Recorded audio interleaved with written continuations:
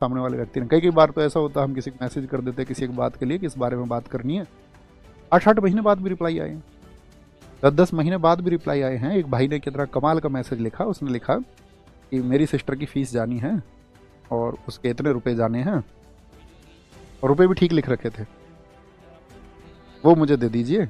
और कुछ नहीं, मतलब कोई स्कूल का जिक्र नहीं, कुछ नहीं कि कहाँ सिस्टर पढ़ती है, कि भैया आप देखना उधर कुछ फीस वगैरह कम करवा पाओ तो, रेफरेंस कुछ निकाल पाओ तो। यही तो तरीका होता है। हेल्पिंग नेचर के लिए आप थोड़े से विनम्र रहोगे या नहीं? लिख करके फिर बोलता है बाद में, मतलब मैंने देखा भी नहीं, और सेम डे के उसके मैसेज है, मैंने देखा मैसेज उसका लगभग 12 या 13 दिन बाद।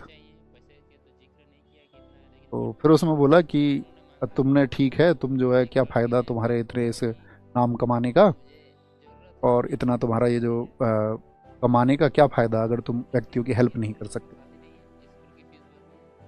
और ये जो है तुमसे मैं जो है भविष्य में देखना तुम्हारे परिवार की खुशियाँ छीन करके ये लूँगा मैं, और मैं एक दिन बहुत कामयाब हो जाऊँगा, और एक दिन RWA के सम्मान समारोह में आऊँगा, और मैं आकर के वहाँ बताऊँगा सब लोगों को कि तुम कैसे हो, तुम लोगों की मदद नहीं करते हो। अब मैंने कहा भाई इन बातों को तो मैं बोल दूंगा, इसमें तो क्या दिक्कत है, तुम क्या बोलोगे? कल कल तुम बोलोगे किसी ने पब्लिश किया, हमारे चैनल वाले ने नहीं किया, वो तो वीडियो को अपने पास रख लेंगे। आप सोचिए, मतलब कोई जब इस मैसेज को पढ़ेगा तो उसको क्या लगेगा कि हमने क्या वैल्यूज़ देनी चाहिए अपने स्टूडेंट्स को, लेकिन उसके बदले भी हम खुश कहाँ पर होते हैं पता है?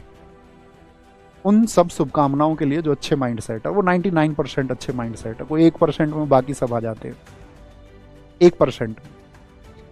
तो मैं उसे क्या बताता, मैंने कहा तुम, अब एक बच्चा ऐसे से है तो मैंने उसे लिखा भी, मैंने कहा भाई आप मेरे स्टूडेंट हैं, लिख रहे हैं तो मैं इस तरह की तुम्हारी बातें इसलिए सुन भी रहा हूँ, बाकी ऐसे बात नहीं करनी चाहिए। आप दुनिया में आपकी इस तरह से इस नेचर से कोई भी मदद नहीं करेगा। आपको मुझसे कोई गाइडेंस चाहिए, कोई कोर्स चाहिए किस तरह का, अगर स्थितियाँ वैसी है तो मैं तो वो आपको दे सकता हूँ। एक टीचर से आप कैसे ही पैसे मांग सकते हो, और मतलब अगर मांगोगे भी तो इस तरह के नेचर से तो कोई पैसे नहीं देगा, कोई मदद नहीं करेगा दुनिया में। आपको अपना नेचर थोड़ा सा विनम्र करना चाहिए। उसने लिखा पता है क्या, उसको पढ़ के तब भी नहीं आया, उसने फिर लिखा कि समय बताएगा। मैंने कहा आप ठीक है भाई चलो समय बता देगा। समझ रहे हैं आप?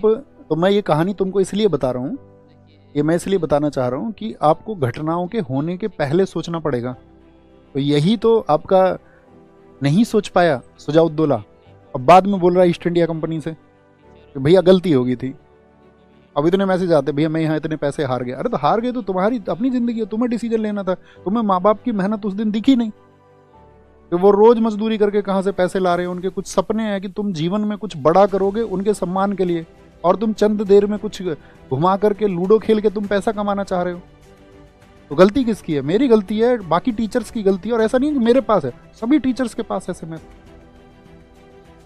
एक सर थे हमारे, ऑफलाइन चलाते थे, बहुत अच्छा। अभी मेरी बात हुई 3-4 दिन पहले उनसे। उन्होंने कहा जी एक बच्चा मुझसे 50,000 रुपये ले गया, डॉक्यूमेंट्स वगैरह मेडिकल वेडिकल के सब दिखा करके, और मुझे ही ब्लॉक कर दिया अगले दिन। दुनिया कैसी होती जा रही है आप सोचिए। निम्न में से कौन अधिकार नावल से एक मौलिक अधिकार नहीं है?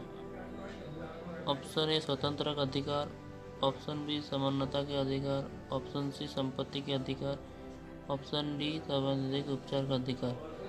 दोस्तों ये क्वेश्चन SSC GD 8 मार्च 2019 शिफ्ट 1 में पूछा गया दोस्तों ने। इसका जो आंसर है दोस्तों, ये संपत्ति के आधार पर नहीं होता है। संपत्ति का आधार अधिकार वर्ष 1978 मौलिक अधिकार नहीं है। 44वें संविधान संशोधन 1978 के पश्चात संपत्ति का अधिकार एक विधिक अधिकार न कि मौलिक अधिकार। इसको भाग 12 के अनुच्छेद 300A में प्रतिस्थापित किया गया है।